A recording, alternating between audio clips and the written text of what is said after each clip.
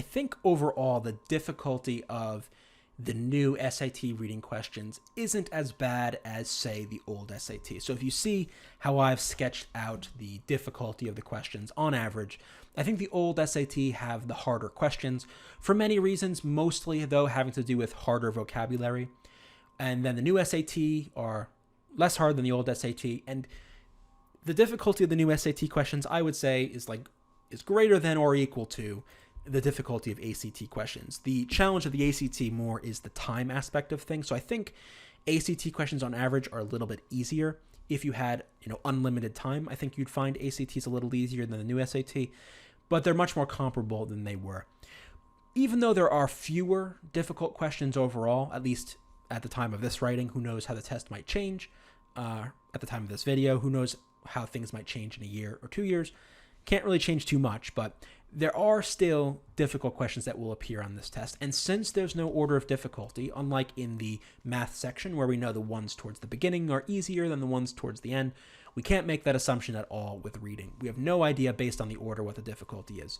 So the step one in attacking hard questions effectively is to be able to identify them, or at least to know which ones tend to be hard, because you can't really know for sure if a question is hard until you get the score report and you see which ones are hard. But here are some common hard question signals. So if you see these words in questions, really good chance that it's going to be a hard question.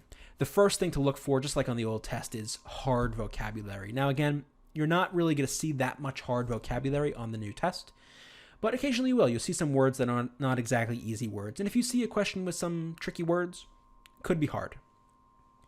Infer, imply, suggest, and assumption questions can often be difficult. As we saw in the last video, that number 29, I think, was pretty challenging. But, sometimes they're not that bad, like the 23. Sometimes it's a simple paraphrase. Other times you got to go a bit deeper, but those can sometimes be hard.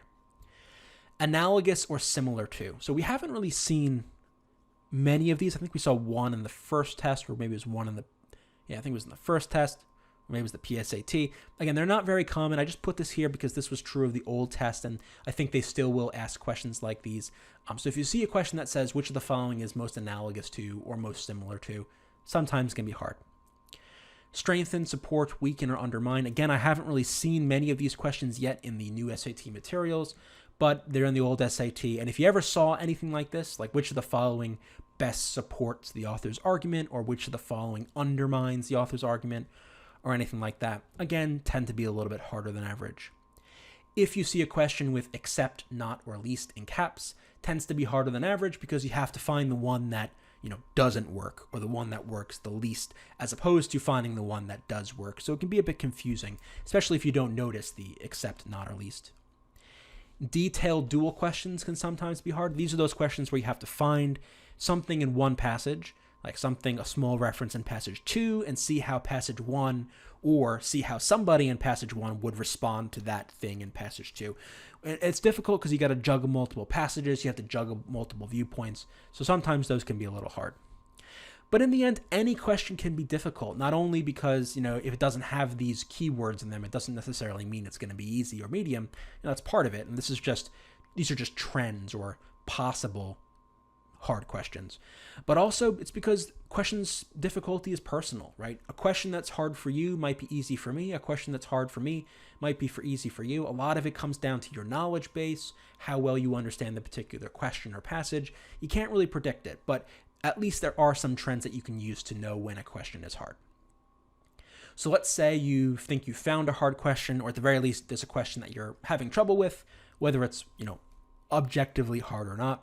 Here are some things you can do to attack them. So the first thing is skip it, right? We've talked about this before. Skip the hard stuff, leave it until the end, get all the easy stuff out of the way, then worry about the hards.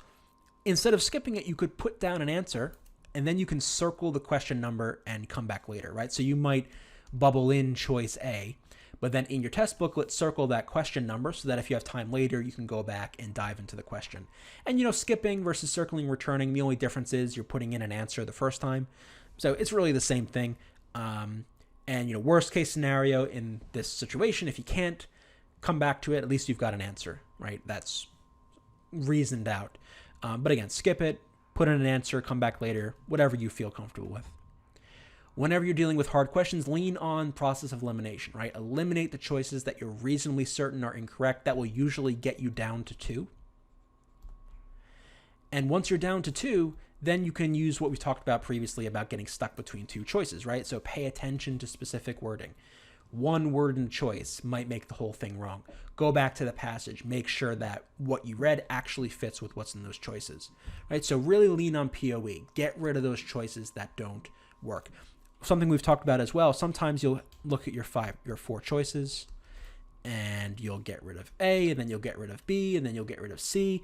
And you have to resist the temptation just to pick D immediately, because it might turn out that D is wrong. And typically I found if I eliminate all 4 choices like this, that's usually a good sign that it's hard. So what I have to do now, of course, is go back and reevaluate. And here what I'll do is I'll try to find the choices that I know for certain, or as close to certain as possible, aren't correct. And what I'll do is I'll kind of complete the X. And then I know I'm down to B and D. And then, again, you evaluate according to the tips we've discussed previously. Remember your trap choices, so especially half right, all wrong. That's probably the most important one, right? One word or a phrase can make an entire choice wrong, even if it seems good, at least in the beginning. Watch for extreme choices. Watch for could-be-true answers, recycled words, wild inferences, things like that. So keep those trap choices in mind. And then finally, when you're practicing and you find a question that either has been rated as difficult or that you just personally found difficult, really spend a lot of time analyzing that question after you've completed the test. This is what I do when I'm going through any test, right? Whether it's SAT or whatever it might be. If there's a question that I had trouble with, even if I get it right, it doesn't matter. If I get it right, I don't just say, oh, good, I got it, I'm done. If I got it right and I had trouble with it, I will still spend time reviewing it, making sure I fully understand what's going on with it. And then, of course, if you get it wrong, you clearly want to do that as well. But really, any question that you have trouble with, hard or not, really dive into it and figure out what's going on.